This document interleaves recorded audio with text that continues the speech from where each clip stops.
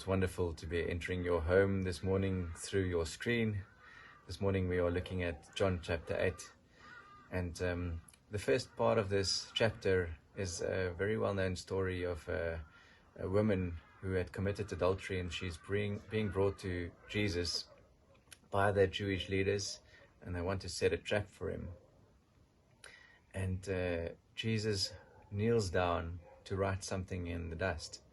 This is the only account in the Bible of Jesus writing something. That's apart from the 7 letters of Jesus to his churches, but that wasn't written by Jesus himself. And here Jesus writes something himself. And in this very tense situation, we don't actually know what Jesus actually wrote. Now, there's been much speculation by various theologians on what he wrote, and very interesting, I might add, but we don't actually know. Now, my take in this situation is this: the focus was so much on the situation itself that we missed what the Son of God wanted to communicate there in this writing. And we as the readers of these accounts are missing out on something. Next, what we see is that Jesus is compassionate. He condemns sin, but he has compassion with sinners. Another interesting point is that everyone around Jesus, including this woman, was sinful.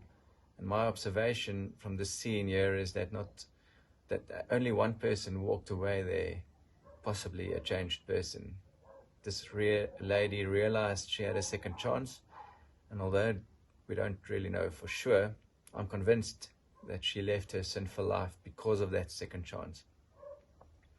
Now, the teachers and the Pharisees who left there left because they realized they were sinful, but they left because they were unsuccessful and probably with no intent on changing.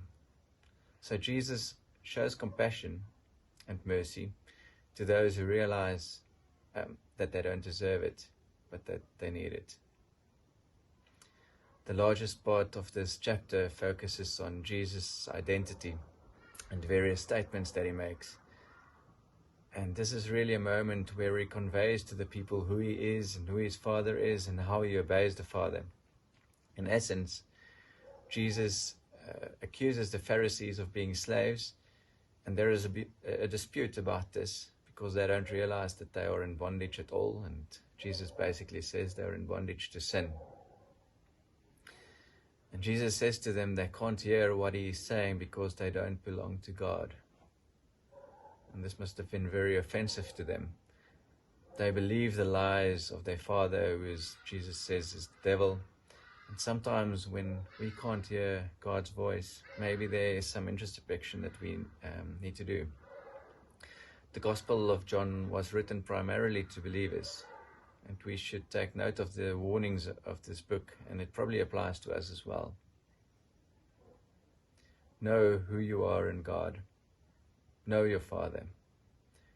In the last bit of this chapter, Jesus makes this very profound statement that is grammatically incorrect.